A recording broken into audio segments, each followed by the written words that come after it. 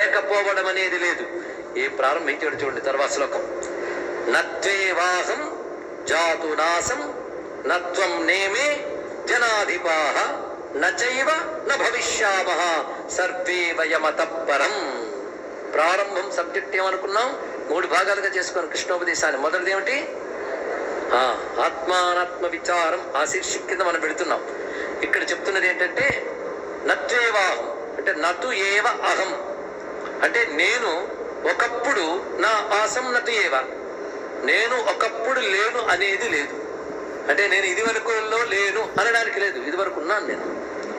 అలాగే నువ్వు కూడా నా ఇమే, నువ్వు కూడా లేవనేది లేదు. ఇమే జనాధిపాః, ఈ రాజులు కూడా లేరు అనేది లేదు. అంటే అర్థం ఏంటి? ఇక మీద కూడా మనం లేకపోవడం అనేది లేదు. ఎంత బాగా చెప్పండి చూడండి. ఇది వరలో నువ్వు నేను ఈ ప్రజలు లేరనడానికి లేదు, భవిష్యత్తులో ఉండము అనడానికి లేదు. అంటే అర్థం ఎప్పుడు ఉండేవాళ్లే జీవులు. ఇది తెలుసుకోవాల్సింది. ఎప్పుడు ఉన్న వాళ్ళమే. అన్ని కాలాల్లోనూ ఏది శాశ్వతంగా ఉంటుందో ఆ ఆత్మయే నేను. ఇది తెలుసుకో. ఇక్కడ అది నా పరంగా మాట్లాడితే నేనంటా, నీతో చెప్పేప్పుడు నువ్వు అంటాను, వాళ్ళని చూపినప్పుడు వాళ్ళని అంటాం. కానీ ఇదంతా ఒక ఆత్మ విషయమే మాట్లాడుతున్నాం. ఈ ఆత్మ ఇదివరలో ఉన్నది, ఎప్పుడు ఉంటుంది. కనుక ఎప్పుడు ఉండేది నశించిపోతుంది అని నువ్వు దుఃఖపడడం అజ్ఞానం కదా. ఇది ప్రారంభించారు ఇక్కడ. దేహినోస్మిన్ యథా దేహే కౌమార యవ్వనం జరా తథా దేహాంతర ప్రాప్తి ధీరస్తత్ర నముష్యతి. ఈ శ్లోకాలు వినడం కాదండి, అడుగడుగున నిరంతరం మననం చేసుకోవాలి. అందుకే పారాయణ అండి. ఇది తెలుసుకోవాల్సింది ఇక్కడ. పారాయణం ఇంత విశేషంగా చెప్పబడుతున్నది ఇక్కడ. అదే శ్రేయస్సేదో అడిగాడు కదా, దానికి తగ్గట్టు ఇక్కడ చెప్తున్నాడు. ఇక్కడ ఆయన దేహి దేహ 2 శబ్దములు వచ్చాయి. అంటే దేహము కలవాడు. దేహము కలవాడిని దేహి అంటారు. ఏది కలవాడో అది దేహం అంటారు. దేహం దేహి ఈ రెండిటి గురించి ఆలోచన చెయ్యన్నాడు. ఇది ఒక్కటి ఆలోచిస్తే చాలండి. కారు కలవాడు, కారు కలవాడు, కారు 2 వచ్చాయి మనకి. కానీ కారులో ఎవడు కూర్చున్నాడు? కారు కలవాడు కూర్చున్నాడు, అంతే కదా. కానీ వాడే కారా? వాడి వాహనం కాదు కదా. అది ఇక్కడ గ్రహించవలసిన ప్రధానమైన అంశం. కనుక ఎప్పుడు కూడా దేహి దేహ వివేకం చాలా అవసరం.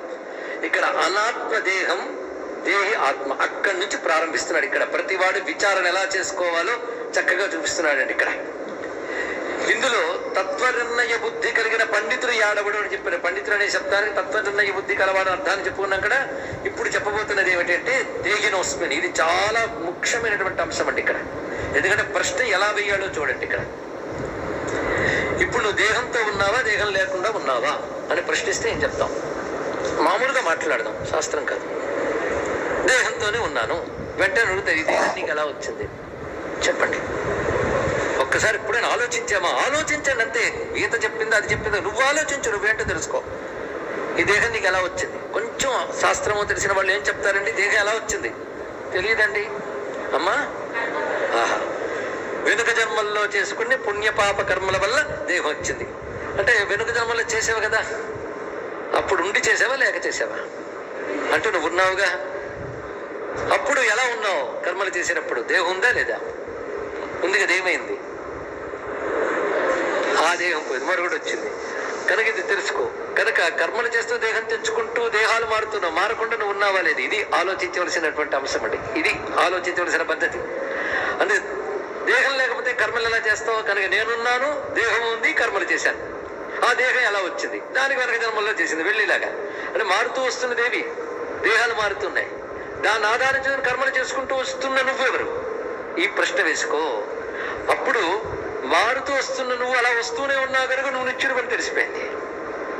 ఆ మారిపోతున్న దేహాలు అప్పటికప్పుడు పోతున్నాయి కనుక అనిత్యాలని తెలిసిపోయింది. కనుక దేహినోస్మిన్ యథా దేహే, ఈ దేహంలో ఉన్నప్పుడే మార్పు అనేది, మరణం ఒక మార్పు మాత్రమే. ఆత్మకి మరణం ఒక మార్పు, మళ్ళీ మరొక దేహంలోకి వెళ్ళడం మరొక మార్పు. కానీ దేహంలో ఉన్నప్పుడు మార్పులు ఒక్కటి చూడు.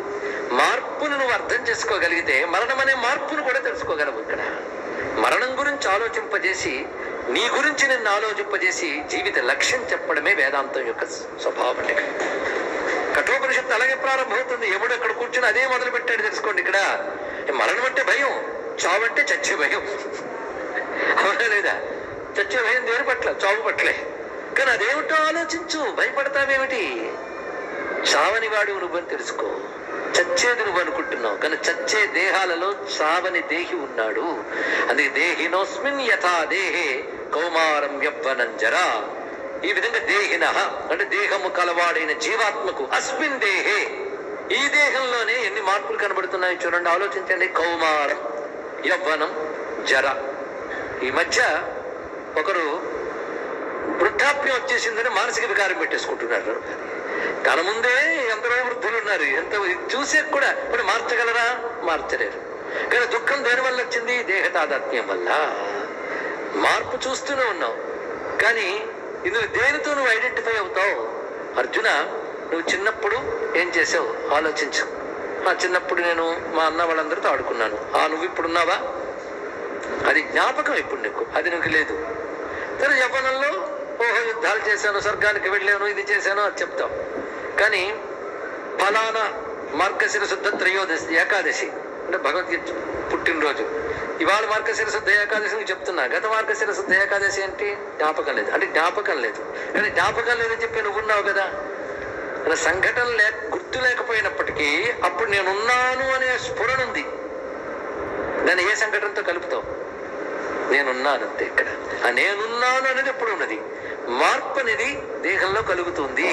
కనుక ఈ మార్పులు ఏ విధంగా కౌమారము, యవ్వనము, ముసలితనము అనే మార్పు దేహానికి వచ్చిందో అంత సహజంగానే దేహాంతర ప్రాప్తి, మరో దేహాన్ని పొందడం కూడా జరుగుతుంది. ఇది తెలుసుకో, దేహాంతర ప్రాప్తి.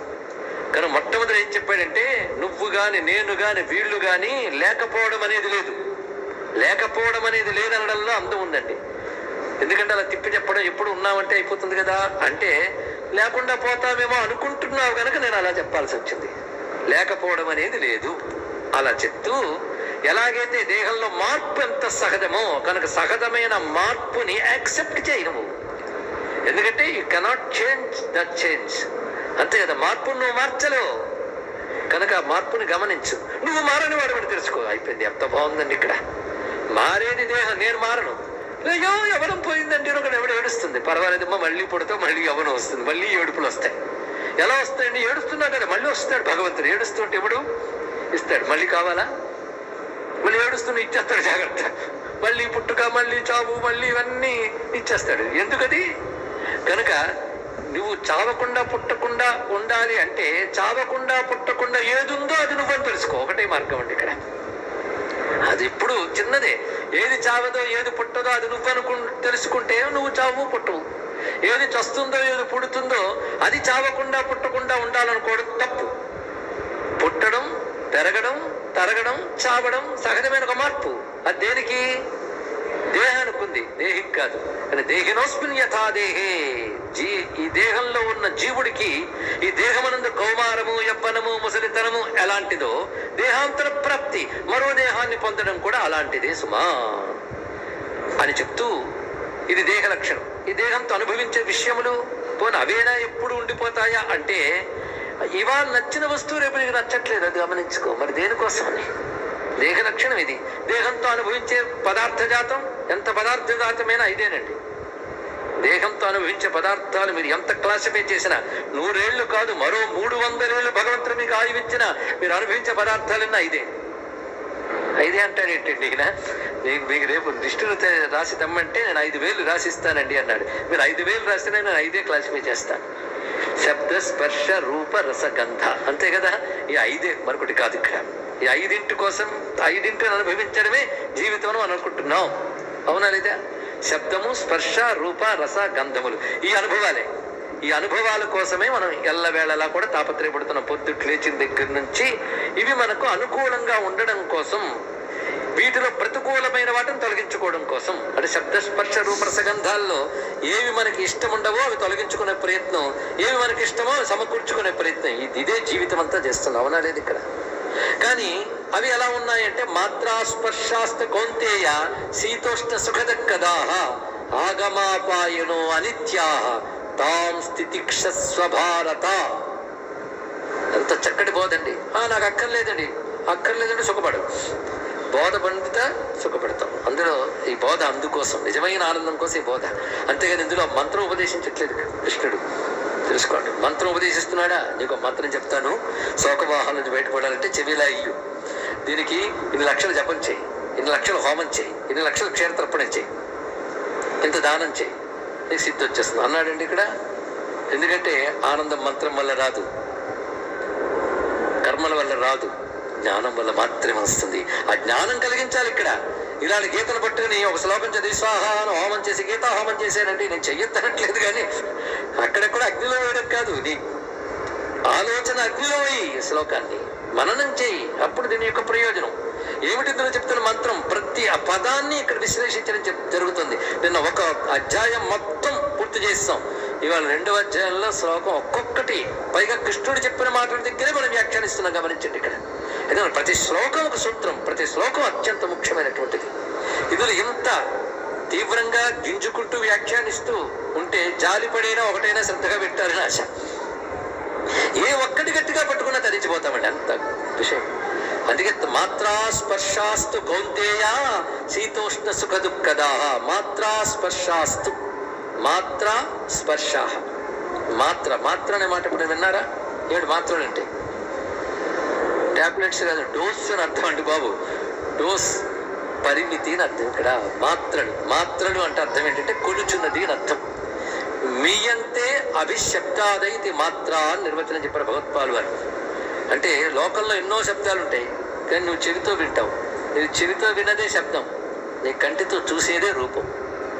కనుక నీ ఇంద్రియాలతో ఏది పొందుతున్నావో అది. అంటే ఇంద్రియాలకు పరిమితి ఉందా లేదా చెప్పండి. అంటే డోస్ అంటే చిన్న పాత్ర తీసుకుని పోసుకుంటాం మందు. ఇదే విధంగా బయట ఉన్న విషయములని ఏ ఇంద్రియాలతో నువ్వు పొందుతున్నావో ఆ ఇంద్రియములు మాత్రలు అన్నాడు ఇక్కడ. వాటితో నువ్వు ఏవి పొందుతున్నావో స్పర్శలు, మాత్రా స్పర్శాస్తు అంటే ఇది అర్థం ఇక్కడ. అంటే కంటికి దృశ్యం కనబడింది అంటే దృశ్యం కంటికి స్పర్శిస్తుంది, శబ్దం చెవిని స్పర్శిస్తుంది, కానీ మాత్రా స్పర్శాస్తు. ఇవి ఏమిటి? శీతోష్ణ సుఖ దుఃఖదాహ. ఇంద్రియాలకు తగిలేవన్నీ కూడా 5 అయినా 5 వల్ల నీకు 2 కలుగుతుంటాయి. ఇప్పుడు తెలుసుకో, శీతోష్ణములు సుఖ దుఃఖములు, ఇంకోటి ఏమీ లేదండి ఇక్కడ. శరీరానికి చలి వేడి తెలుస్తుంటుంది, మనస్సుకి సుఖము దుఃఖము తెలుస్తుంది. ఇంకేమైనా ఉన్నాయా? ఇంతే బతుకంతా కూడా. ద్వంద్వాలంటే ఇది. శరీరానికి శీతోష్ణములు, మనస్సుకి సుఖ దుఃఖాలు. ఇవి దేని వల్ల ఏర్పడుతున్నాయి? ఇంద్రియాలకు విషయముల యొక్క సంపర్కం వల్ల. అంతే కదా, ఇంద్రియాలకు విషయ సంపర్కం వల్ల. పైగా ఇవేనా సత్యములా? పోనే ఇందాక అన్నాము, దేహమే మారిపోతుంది, పోనీ విషయాలు మాత్రం శాశ్వతంగా ఉన్నాయా? అవి మార్పులే.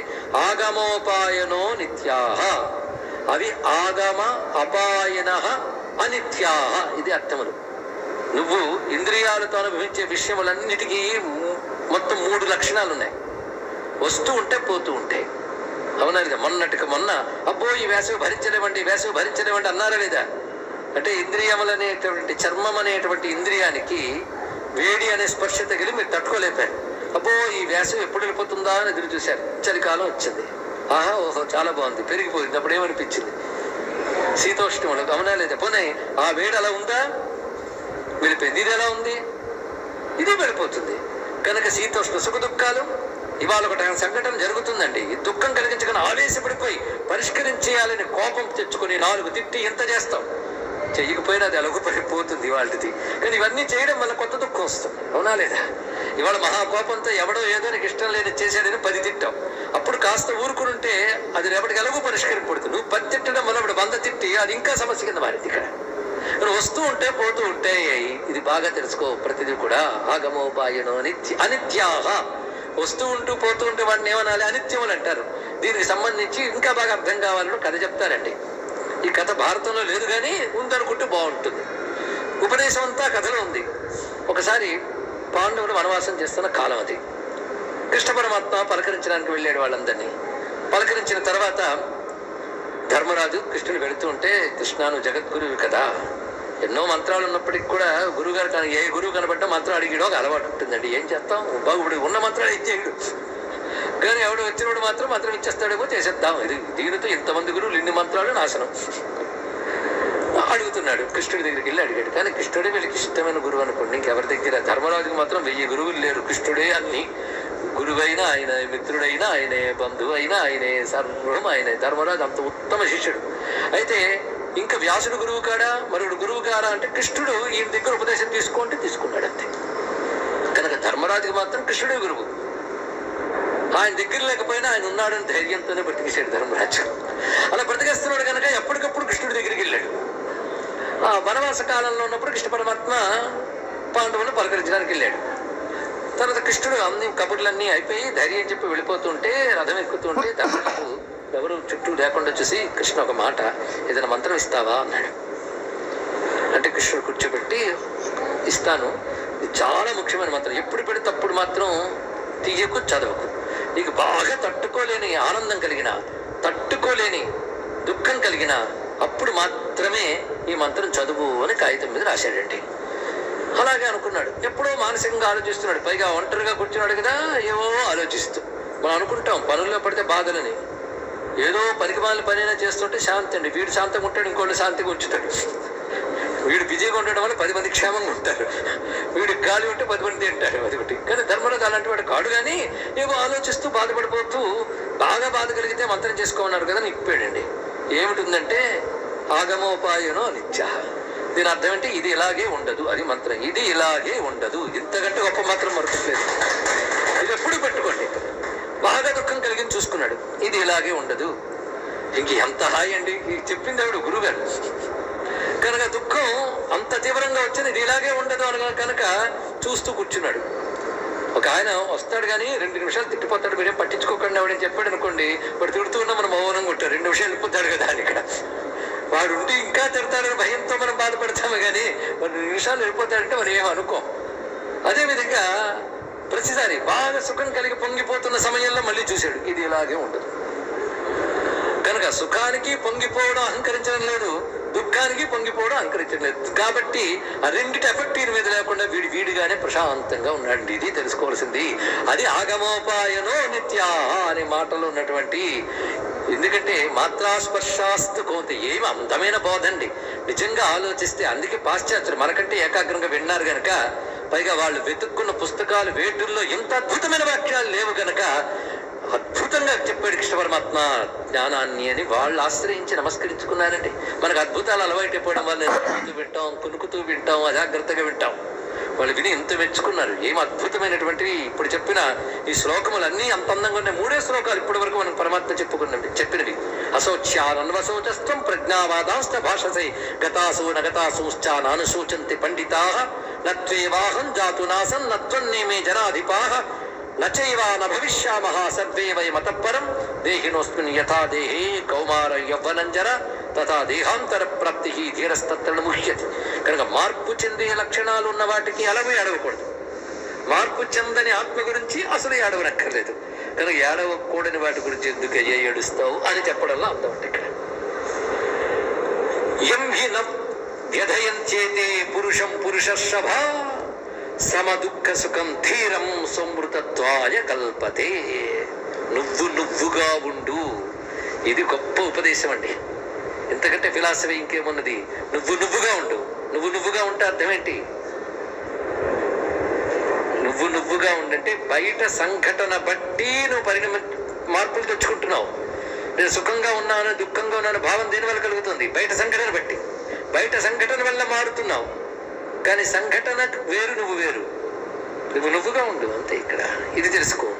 యం హి న వ్యధయంత్యేతే పురుషం, ఏ పురుషుని ఇవి అంటే అర్థం ఏంటి? ఇందాక చెప్పిన మాత్రాస్పర్శలైన సుఖ దుఃఖాదులు ఏ పురుషుని మనస్సుని వ్యాకులపరచువో అతడు మాత్రమే అమృతత్వాన్ని పొందగలడు. కృష్ణ పరమాత్మ తీర్మానం చేశారండి. అంటే సుఖము దుఃఖము మొదలైన ద్వంద్వములు ఎవడి మనసుని కలత పెట్టవో వాడు మాత్రమే అమృతత్వాయ కల్పతే, అమృతము పొందుటకు అర్హుడు. అమృతము అంటే నాశరహితమైన మోక్షము. మోక్షం పొందడానికి అర్హుడెవడు? యం హి న వ్యధయంత్యేతే పురుషం, ఏ పురుషుని ఇవంటే ఇందాక నేను చెప్పిన సుఖ దుఃఖాదులు కలతపరచవో, అంటే సుఖం వస్తే పొంగిపోవడం, దుఃఖం వస్తే కుంగిపోవడం, ఎక్కడో చెడు వార్త వినగానే వీడు నానా రకాల జబ్బులు తెచ్చుకోవడం, ఆనంద వార్త వినగానే పొంగిపోవడం, ఇవన్నీ అంటే వీడిగా లేడని అర్థం. అంతే కదా. ఆ సంఘటన బట్టి ప్రభావితమైపోతున్నాడు కానీ వీడిగా లేడు. ఇది తెలుసుకోవాలి. అర్థం ఉంది, నిర్మలంగా ఉంది. నిర్మలత్వమే భగవంతుడు దానికి ఇచ్చిన గొప్ప లక్షణం. నిర్మలత్వం ఉండడం చేత అన్ని దానిలో కనబడుతున్నాయి. వచ్చింది అది బాధ. నిర్మలంగా ఉంది. అసలు అర్థం యొక్క అసలు స్వరూపం ఏమిటండి చెప్పండి, మళ్ళీ చెప్తున్నా. నిర్మలత్వం, ప్రకాశం. ఈ రెండిటి వల్ల ప్రతి వస్తువు అందులో పడుతుంది. ఇక్కడ ప్రతి వస్తువు పడుతున్న వల్ల అద్దం యొక్క నిర్మలత్వం పోయిందా, ప్రకాశత్వం పోయిందా లేదా? అద్దం నిర్మలంగానే ఉంది. అందులో మీరు ఎర్రని నల్లని బొమ్మలు రెండు చూపించారు, ఎరుపు నలుపు అందులో ప్రతిఫలించాయి. అద్దం ఎర్రబడిందా నల్లబడిందా? అలాగే ఉంది కదా. అది పోయింది, తెల్లని బొమ్మ వచ్చింది. ఇప్పుడు అద్దంలో తెల్లదనం వచ్చింది. కానీ తెల్లగా ఉంది అని అద్దం మురిసిపోతుందా? ఎర్రగా ఉన్నాను అనుకుంటుందా? కానీ ఎర్ర ప్రతిబింబం వచ్చినంత మాత్రాన తాను ఎరుపెక్కిపోయాను నలుపెక్కిపోయాను అనుకోవట్లేదు, తెల్లది వచ్చినాడు తెల్లగా ఉన్నాను అనుకోవట్లేదు. అది అనుకోవాల్సింది ఒకటే, నేను నిర్మలమైన దాన్ని. ఎదురుగా ఎన్నున్నా నేను నిర్మలమైన దాన్ని. కానీ సంఘటనలు ఎన్ని జరుగుతున్నా ఆ నలుపు ఆ తెలుపు ఆ ఎరుపు ఎలాగైతే అద్దం యొక్క ప్రకాశాన్ని నైర్మల్యాన్ని పాడు చేయవో, నా తత్వాన్ని నన్ను ఈ సుఖదుఖాలు కరతపెట్టవు, నేనుగా ఉంటాను అని ఎవడైతే ఉంటాడో వాడు మాత్రమే ముక్తి పొందగలడు. ఇదే విశ్వందప్పణ దృశ్యమానగరీతులు జన్యజాంతర్గతం పశ్యన్యాత్మని మాయయ బహిరోద్భూతం యథానిద్రయా. దానితో అన్వయించుకోవచ్చు. ఈ కోలే 18 రోజుల యోగ వాసిష్ఠంలో కూడా వశిష్ఠుల వారు రాముల వారికి చెప్పినటువంటి అంతరార్థం గ్రహించామా కదా. మనం ఎవరు? అటువంటి అద్దానికి ప్రకాశం ఎలాంటి లక్షణమో ఆత్మకి చిత్ అలాంటి లక్షణము తెలుసుకోగలుగుతారు. ఆ చిత్వంలో ఉండడం తెలుసుకోగలగాలి. అదే నవ్యధయంత్యేతే పురుషం. ఏ పురుషుని ఈ మారిపోతున్న సుఖ దుఃఖాలు విషయాలు కలత పెట్టవో వాడు మాత్రమే ధీరుడు. ధీరుడు అంటే వికారహేతౌ సతి విక్రియంతే ఏషాన్న చేతాంసి తయేవ ధీరాః అంటూ మహానుభావుడు కాళిదాస మహాకవి కుమార సంభవంలో మనకు తెలియజేశాడు. వికారం కలిగే సంఘటనలు జరుగుతున్నప్పటికీ ఎవడు వికారములకు లోను కాడో వాడు ధీరుంటాయి. ఎంత గొప్ప విషయం అండి. నన్ను ఏం చేయమంటారంటే అప్పుడంత దుఃఖం కలిగినప్పుడు ఇలా అయిపోక అన్నాడు. అంటే దుఃఖం కలగకపోతే నువ్వు గంభీరంగా ఉంటావు అనమాట. దుఃఖం కలిగినా కోపం కలిగించే సంఘటనలు జరిగిన మారిపోతావు అనమాట. ఇంకేం గొప్ప అంటే సంఘటనలు ఏమీ జరగకపోతే నువ్వు ప్రశాంతంగా ఉంటావు, సంఘటన జరిగితే శాంతం పోతుంది. అప్పుడు నేను శాంత పురుషుడు అనొచ్చా? సంఘటనలు బట్టి శాంతము, సంఘటనలు బట్టి అశాంతం అంటే నువ్వు శాంతుడు ఎలా అవుతావు? ఇది ఆలోచించి ఇక్కడ. కానీ బయట జరిగినటువంటి వాటి బట్టి కలత పడకూడదు. ఆ ధీరత్వం అలవాటు చేసుకోవాలి. ఆ ధీరుడివి కావాలి, నువ్వు ధీరుడివి కావాలి. అలాంటి ధీరుడు, అలాంటి పురుషుని ఎన్ని మార్పులు కూడా కలత పెట్టవు. ఇది తెలుసుకో. ఇక్కడ కలత పెట్టకుండా ఉంటాయి ఇక్కడ అని చెప్తూ, వాడు సమ దుఃఖ సుఖం. వాడు దుఃఖమయందు సుఖమునందు సమముగా ఉంటాడు. మొత్తం కృష్ణ పరమాత్మ ఒక అష్టాక్షరి మంత్రాన్ని చెప్తారండి ఈ యోగంలో. సమత్వం యోగం వచ్చింది. అది ఎప్పుడు గుర్తుపెట్టుకోండి. సమముగా ఉండడమే యోగం. అంటే సంఘటన ఎలా ఉన్నా నువ్వుగా ఉండు, అదే మాట. దీన్నే రమణ మహర్షి నీ సహజ స్థితిలో నువ్వు ఉంటున్నాడు ఇక్కడ. అదొక్కటే. పెద్ద సూత్రాలు ఉపదేశాలు అక్కర్లే. శాంతికి మార్గం అదొక్కటే. నువ్వుగా ఉండు. కానీ కష్టమండి. అందుకే సాధన. ఏది ప్రతిఫలిస్తే అది తాను అనుకుంటూ అర్థం అనుకుంది అనుకోండి, దానికి ఎప్పుడు దుఃఖమే. అలా నువ్వు అనుకోకుండా నీ చిత్తంలో విషయం ప్రపంచం ప్రతిఫలిస్తున్నా సుఖ దుఃఖాలకు లోను కాకుండా ధీరుడుగా ఉంటే, అలాంటి పురుషుని ఇవి వ్యథపరచకుండా ఉంటే ఆ పురుషుడు మాత్రమే అమృతత్వాన్ని పొందగలడు. ఓ పురుషర్షభ అని సంబోధించాడు. అది కృష్ణ పరమాత్మ లాంగ్వేజ్ ఎంత బాగుందో చూడండి. అర్జునుడిని ఏమని సంబోధించాడు? పురుషర్షభ అంటే పురుషుల్లో గొప్పవాడా అని సంబోధించాడు ఇక్కడ. అంటే పురుషుల్లో గొప్పవాడు అయిన మహానుభావ, ఎవడు మార్పులకు లోను కాకుండా సుఖ దుఃఖాల్లో సమంగా ధీరుడుగా ఉంటాడో ఆ పురుషుడు అమృతాన్ని పొందగలడయ్యా. పురుషర్షభ అంటే నాయన పురుషుడు అంటే వాడు. ఓ పురుషర్షభ అన్నాడు ఇక్కడ. తిడుతున్నాడు, పొగుడుతున్నాడు. అంటే నిన్ను పురుషర్షభ అని టైటిల్ ఇచ్చానంటే అర్థం ఈ పురుషుడు గొప్పవాడని చెప్పాను, నువ్వు పురుషుల్లో గొప్పవాడా అంటే అర్థం ఏంటంటే నువ్వు కూడా అలా తయారవరా నాయనా అని. ఇక్కడ మనం అంటుంటాం బాబు మంచివాడివి కదా అని. మంచివాడివి కదా అంటే వాడు కాడుని అర్థం. మంచివాడివి కదా అంటే పాపం మంచివాడిగా మారు నాన్న అని అర్థం. ఇక్కడ మంచివాడుగా మారాలి, అది చెప్పడం ఇక్కడ. కొందరిని ఎందుకంటే లేనిది కూడా పొగడాలండి. వాడిని పొగడేమంటే వాడి నుంచి వాడు అలా ఉండాలని మనం కోరుకుంటున్నామని అర్థం ఇక్కడ.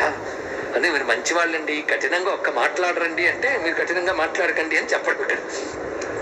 అందుకు పురుషర్షభ అనడంలో ఎంత అందమైన సంబోధన అండి. కృష్ణుడి భాష, కృష్ణుడి పలుకు ఎంత మధురంగా ఉంటుందండి ఇక్కడ. ఎంభిన వ్యధయంత్యేతే పురుషం పురుషర్షభ సమదుఃఖ సుఖం ధీరం సంవృతత్వాయ కల్పతే. ఎవరికైతే ఈ ప్రపంచంలో వచ్చిన మార్పులు, 2 మార్పులు, ఈ 2 వ్యధపరచకూడదు మనసుని. 2 మార్పులు ఏమిటి? 2 మార్పులు అంటే, ఒకటి మాత్రాస్పర్శాస్తు, ఇంద్రియములకు అనుభవానికి వచ్చే శీతోష్ణ సుఖ దుఃఖాలు, శరీరంలో వచ్చే మార్పులు. ఇవి ఎవడిని కలత పెట్టవో, ఎవడి మనస్సును కలత పెట్టవో వాడు ధీరుడు. కశ్చిత్ ధీర ప్రత్యేగాత్మానమేక్షత్వం పురుషద్వాక్యం. అటువంటి ధీరుడు మాత్రమే ఆత్మను చూడగలడు. అదే ప్రతిసారి సంఘటనల గురించి ఆలోచిస్తూ ఏమండి జ్ఞానం విన్నారంటే అప్పుడు నా మూడుందనుకున్నారా? నేను అప్పుడు ఎంత బాధపడుతున్నాను మీకేం తెలుసు, నేను అనుకున్నది రాలేదు, అదే వేదన పడుతున్నాను, అందుకే నేను వెళ్ళలేదండి, నాకు చెవిలోకి ఎక్కలేదండి అన్నాడు. అంటే ఇప్పుడు నువ్వు వాటి గురించి ఆలోచించడం వల్ల ఈ జ్ఞానం రాలేదు చూసాడు ఇక్కడ. అంటే మనస్సు కలతపడిందా లేదా ఇక్కడ? కానీ నిజమైన పురుషుడిని ఇవి కలత పెట్టవు, వాడు ధీరుడుగా ఉంటాడు. కానీ నువ్వు ధీరుడు కావాలంటే అది ఆ లక్షణం తెచ్చుకోవాలి. ఇక్కడ ఆ ధీరత్వం యొక్క ప్రయోజనం ఏమిటి? సరేనండి ధీరుడుగా ఉంటాను, సుఖ దుఃఖాల సమంగానే ఉంటాను, దానివల్ల ప్రయోజనం ఏమిటి? అమృతత్వాయ కల్పతే. అమృతత్వమును పొందుతావు, మోక్షాన్ని పొందుతావయ్యా. కానీ మోక్షం కావాలని పెద్ద కబుర్లు ఆడుతున్నాము, కానీ దానికి తగ్గట్టు ఒక్క క్షణమైనా బ్రతుకుతున్నామా? ఇది ఆలోచించండి. ఇక్కడ కొందరు అంటూ ఉంటారు, నాకు ఈ జన్మరాహిత్యం వస్తే చాలండి, కబుర్లకేముందండి. కానీ మోక్షం అంటే అక్కడ కొంతమంది కూర్చొని కోటి కుంకుమార్చన చేస్తున్నారు కదా, నేను చేస్తాను. మోక్షమా? నిజంగా మోక్షం వస్తుందంటే కోటి కుంకుమార్చనకి వెళ్తామా? దానివల్ల ఇంకేదో వస్తుందరికి వెళ్ళావు. కానీ భగవద్గీత మాత్రం అలాంటి ఫలాలు చెప్పదు. మోక్షమే పరమ ప్రయోజనం అయితే మాత్రం ధీరుడుగా ఉన్నవాడికి మాత్రమే మోక్షం, లేని వాడికి లేదు. ధీరుడంటే ఎవరినైతే జరుగుతున్న మార్పులు ప్రభావితం చేయవో, ఇక్కడ వ్యథపరచుట అంటే కలవరపరచుట, మార్పు చెందించుట అని అర్థం. అదే నవ్యధయంచేదే అంటే మార్పుని చెందించవు, వాడి స్థితిని మార్పుని చెందించవు. అటువంటి వాడు నిశ్చలంగా ఉంటాడు, ధీరుడుగా ఉంటాడు. అటువంటి వాడు మాత్రమే అమృతత్వాయ కల్పతే. ఇప్పటి వరకు చెప్పుకున్న శ్లోకాలను బాగా అధ్యయనం చేయండి. మనకు తేల్చుతున్న విషయం ఏంటంటే, మార్పు జరిగే లక్షణం దేనికుందో అది నేను కాదు, మారకుండా ఏది ఉందో అది నేను. కానీ మార్పు చెందే లక్షణం అంటే ప్రపంచం మారిపోతుంది అంట. నువ్వు మారిపోతున్నావు నాయనా. నువ్వు చిన్నప్పట్లో యవనంలలో ఇప్పుడు మార్పు సహజం అన్న విషయం ప్రతి క్షణం గుర్తుపెట్టుకో. అది స్మర నిత్యం అనిత్యత, అనిత్యాన్ని నిత్యం గుర్తుపెట్టుకో అన్నాడు ఇక్కడ. అనిత్యములన్న విషయాన్ని నిత్యం గుర్తుపెట్టుకో. అప్పుడు యవనంలో ఉన్నాను మిడిసిపడు, ఎందుకంటే తప్పకుండా వార్ధక్యం పొంచి ఉందని తెలుస్తుంది. ఇక్కడ కొందరు అంటూ ఉంటారు, ముసలాడా అని. వీడు ముసలాడు అని పిలిచాడంటే వీడు కాబోయే ముసలాడు అని అర్థం. ఇక్కడ కొందరు అంటూ ఉంటారు, ఈ కుర్రాళ్ళు బుద్ధి ఆ మాట వినండి, అప్పుడు వీడేదో కుర్రతనం లేనట్టు, వీడు మాజీ యువకుడు పడుతున్నాడు. ఇక్కడ ఇవన్నీ వాడు అనుభవించాడు, వీడు అనుభవించాడు. ఒక్క జన్మలో కాదు, ఎన్నో జన్మల్లో అనుభవించాడు. ఇక్కడ వీడితో పాటు ఈ సుఖ దుఃఖాలు ఎన్ని తిన్నామండి పుట్టిన దగ్గర నుంచి. నాకు ఆ ఆవకాయలో నెయ్యి వేసుకుంటే చాలా ఇష్టం అండి. ఏది 70-80 ఏళ్ళప్పుడు ఇదే కోరిక. ఇలా ఎన్ని ఆవకాయలు తిన్నావో బతుకులో, గర్జన్మల్లో ఎన్ని తిన్నామో, ఈ మాత్రాస్పర్శాస్తు తింటూనే ఉన్నాం. ఏం లాభం అండి ఇక్కడ? అప్పటికే అదే విరింప. ఇవి వస్తూ ఉంటే పోతూ ఉంటాయి, వీటికి చెక్కు చెదరకుండా అది ధీరత్వం. వాడు హీరో అండి. అలాంటి ధీరుడు మాత్రమే అమృతత్వాన్ని పొందగలడు, అమృతత్వాన్ని గ్రహించగలడు, అమృతత్వంతో అటాచ్ కాగలడు, అనుబంధం పొందగలడు. అందుకే ధీర సమర్చిత వీరారాధ్య ఈ మాట చెప్తున్నది. ఈ శ్లోకమును బాగా గుర్తుపెట్టుకుని ఇప్పుడు మన టార్గెట్ ఏమిటి? ధీరులం కావాలి. అంతేకాదు ఇవాళ సంకల్పం చేసుకుని ప్రపంచం నుంచి బయటకు వెళ్ళాలి, ధీరులం అయిపోవాలి. రేపు సాయంత్రం వచ్చినప్పటికల్లా మాకు ధీరత్వం ఏంటో చూపిస్తాం.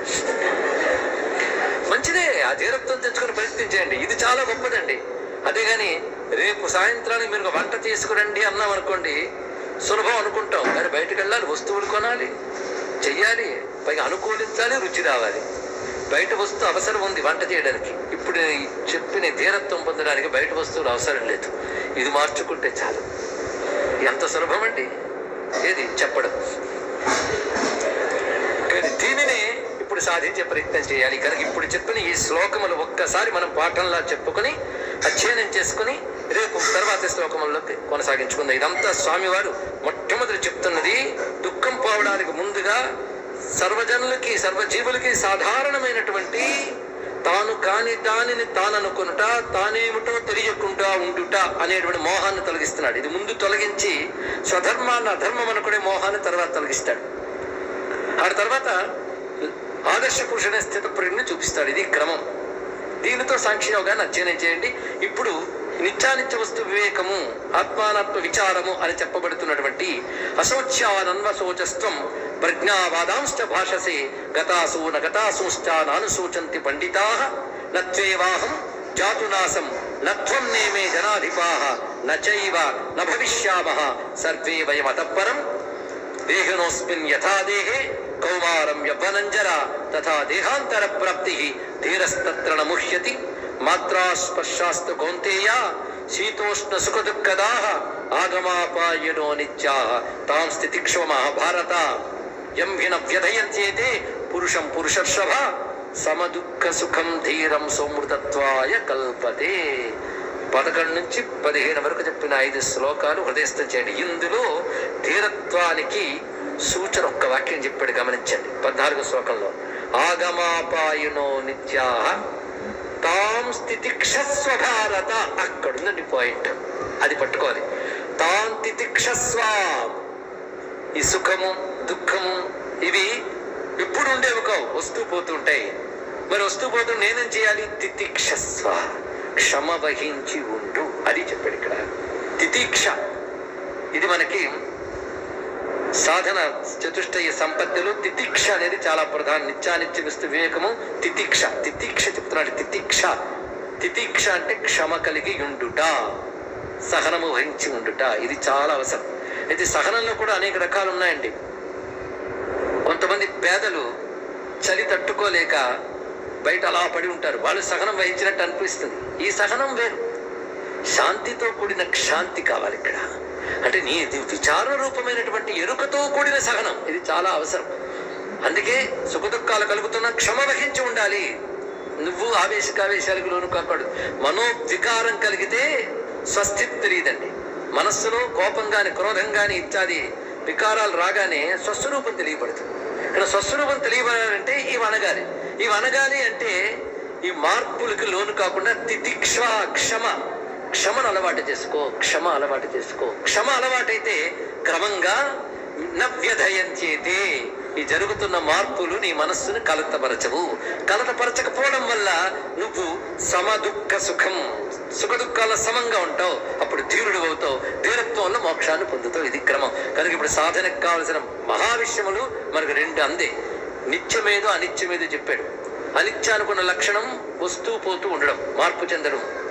ఇప్పుడు అనిత్యాలు విడిచిపెట్టి నిత్యమైనది ఎప్పుడూ నిత్యమే గనక, అనిత్యమైనది ఎప్పుడూ అనిత్యమే గనక అనిత్యమైన వాటి గురించి దుఃఖించకు, నిత్యం గురించి దుఃఖించవలసిన అవసరమూ లేదు గనక అనిత్యమైన దాని యందు నిలవాలి అంటే అనిత్యమైన వాటికి లొంగిపోకుండా సహనం వహించు.